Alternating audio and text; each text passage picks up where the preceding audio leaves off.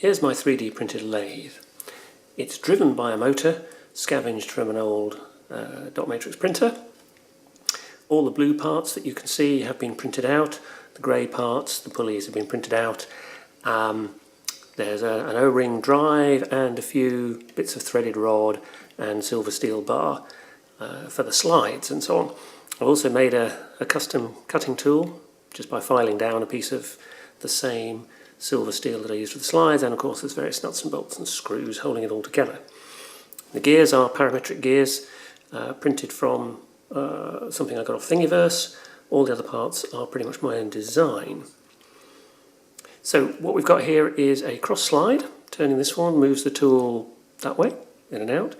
And this is the longitudinal slide. Turning this handle, using through the gears, drives a threaded rod which pushes a nut which drives the carriage up and down. The sole purpose of this lathe, it's not a general purpose lathe really, is to turn down these pulleys so that I can get them completely circular, so that I can improve the accuracy of the 3D printer that actually made them in the first place. So, with no further ado, let's see it work. Okay, spinning now. I'll just drive the tool in a little bit and then we'll start turning down the edge of the pulley. Not quite far enough.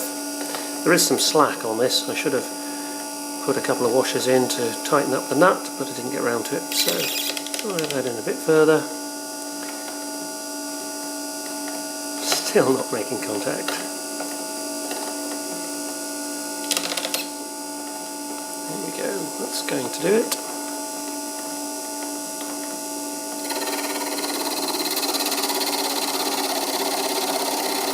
It's not a very powerful motor, so I can't take too deep a cut at any given time.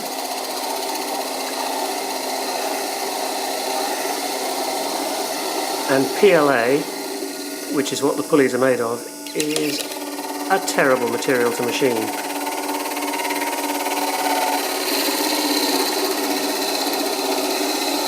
You can see the motor's not really powerful enough to take this deeper cut. It's slowing down.